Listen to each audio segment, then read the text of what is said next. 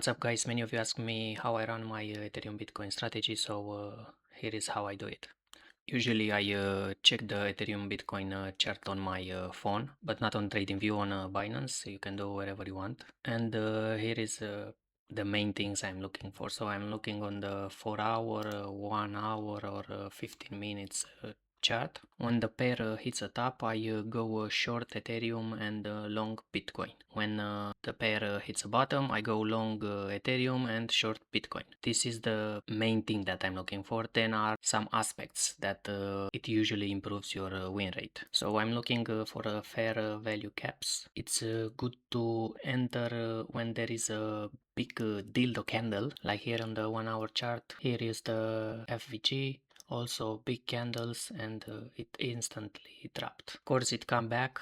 Another thing, I do this to make volume on the Airdrops, so I usually close them for, let me show you. So look, it started with $2,000 long Ethereum and short Bitcoin.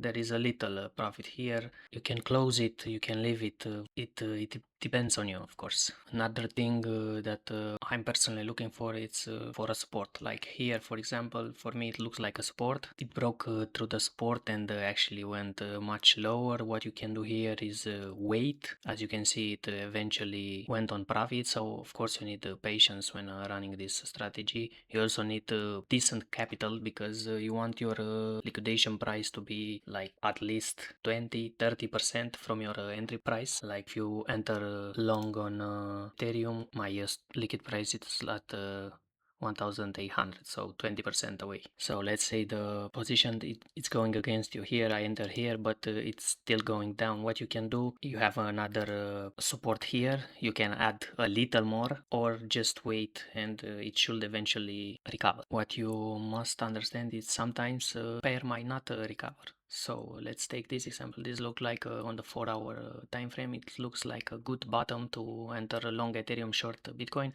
It did pump a little, so yes, you had time to get out of the trade. But let's say you entered again here and it kept going down. What you can do here is wait, add more with each you look on the higher time frame, and look for more bottoms and keep adding. But personally, I don't advise on that. I think the best thing that you can do is to take the loss at some point, and everyone decides on their own when it's the best time. So let's say you enter here, you see you could have and went again to add more to the position here and get out of break even like a day later.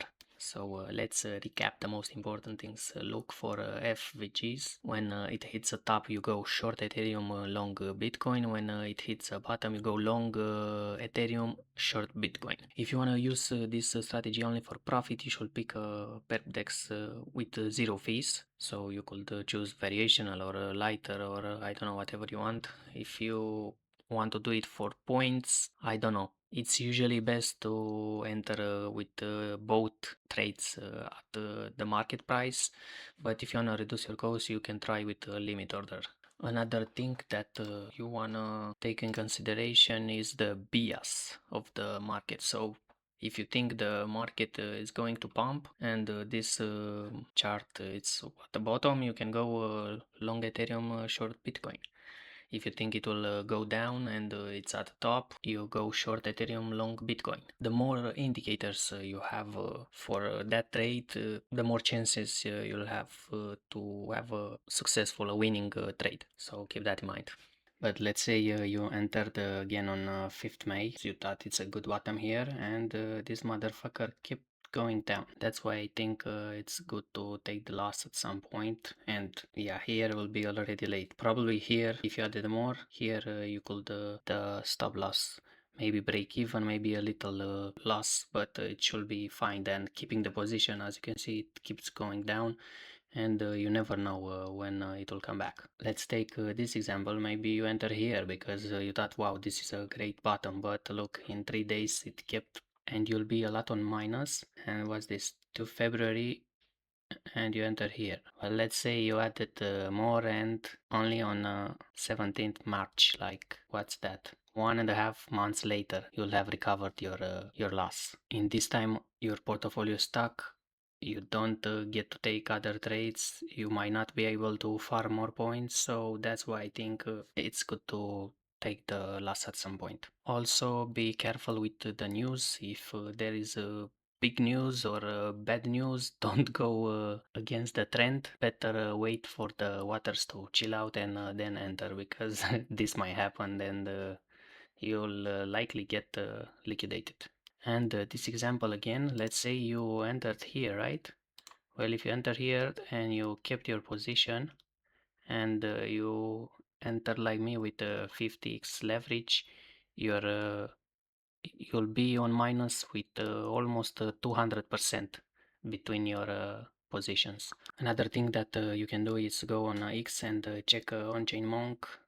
He is the one that came first with this strategy at the beginning of the year, and you can check his notes and how he is trading.